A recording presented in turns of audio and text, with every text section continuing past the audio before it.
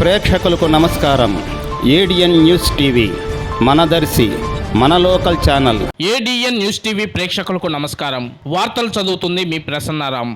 ప్రకాశం జిల్లాలో కొన్ని నియోజకవర్గాలకు నన్ను వెళ్లి పరిశీలన చేయాలని ముఖ్యమంత్రి వైఎస్ జగన్మోహన్ రెడ్డి సూచించారని మాజీ మంత్రి బాలినేని శ్రీనివాసరెడ్డి గురువారం సాయంత్రం విలేకరులకు తెలిపారు. తాను ఒంగోలు నుండి వైఎస్ఆర్సీపీ అభ్యర్థిగా పోటీ చేస్తానని, అలాగే ప్రకాశం జిల్లాలోని గిద్దలూరు వైఎస్ఆర్సీపీ అభ్యర్థి ఎవరో రేపు శుక్రవారం ఫైనల్ అవుతుందని, అలాగే మిగతా నియోజకవర్గాలకు అభ్యర్థులను ఎవరు ఎక్కడ పోటీ చేస్తారనే స్పష్టత ముఖ్యమంత్రి వైఎస్ జగన్మోహన్ రెడ్డి రేపు ఫైనల్ చేస్తారని బాలినేని శ్రీనివాసరెడ్డి తెలిపారు.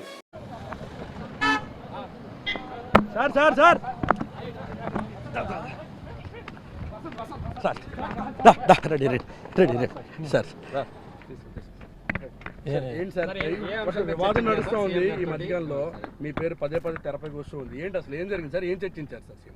ఏం లేదు, జిల్లా కాన్స్టిట్యున్సీలు సీట్లు ఎవరైతే బాగుంటుందని చర్చించడం జరిగింది.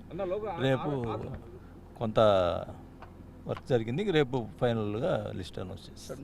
మీరు కూడా నియోజకవర్గం మారుతున్నారు అంటున్నారు. ఎందుకు మారుతుంది?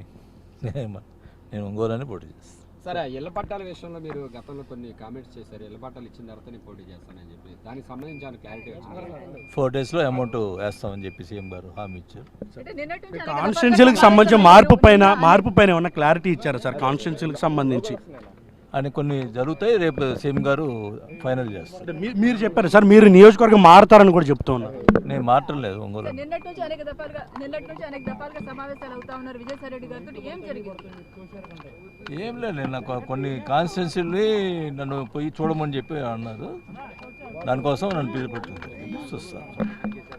కొండపీకి సంబంధించిన నాయకులు కూడా వచ్చారు నిన్న. కొండపీకి సంబంధించిన నాయకులు అదే దానికి సంబంధించి సురేష్ని అనౌన్స్ చేశారు కదా, సురేష్కి చేయాలి.